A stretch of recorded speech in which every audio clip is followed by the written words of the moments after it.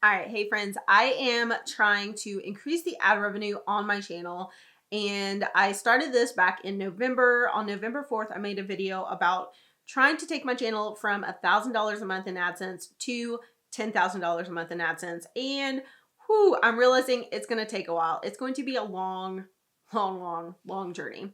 So I did improve my AdSense in the last month. So back in October, I actually earned $1,241 in AdSense revenue. So that was great. But on November 4th, it had shown $1,100 when I logged into my last 28 days.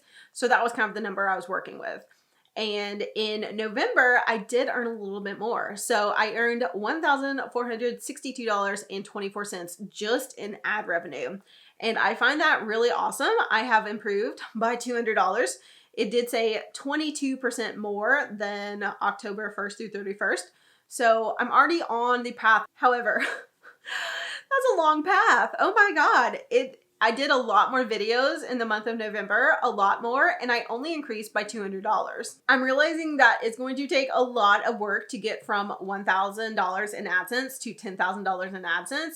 Way more work than going from $1,000 in digital products to $10,000 in digital products. I feel like that jump is so much easier than going with AdSense. AdSense is great because it's so passive. I love it. It's incredibly passive. It's literally the money I earn on the back end talking about things I love, talking about products that I use, talking about the actual things I'm doing day to day.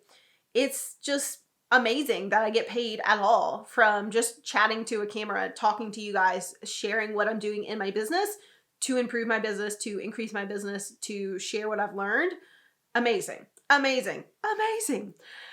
However, it's really not where the money's at all. It's just not. It's a great option, and it can definitely provide more money than like you've ever earned in your life. I've had days where I've earned $100 on AdSense, and those days are amazing, but that's not my normal amount, and I'm realizing how much work it's going to take to get that to be my normal amount. And then getting it to even higher than that, we have got a lot of work to do.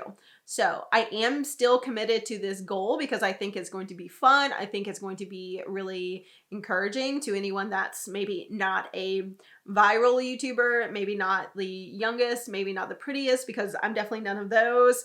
I am not necessarily the best YouTuber. So I think showing you how to go from a smaller amount to a larger amount might be interesting. And if I fail, then I fail. It happens all the time. I've tried so many different kinds of online businesses. Plenty of them have failed.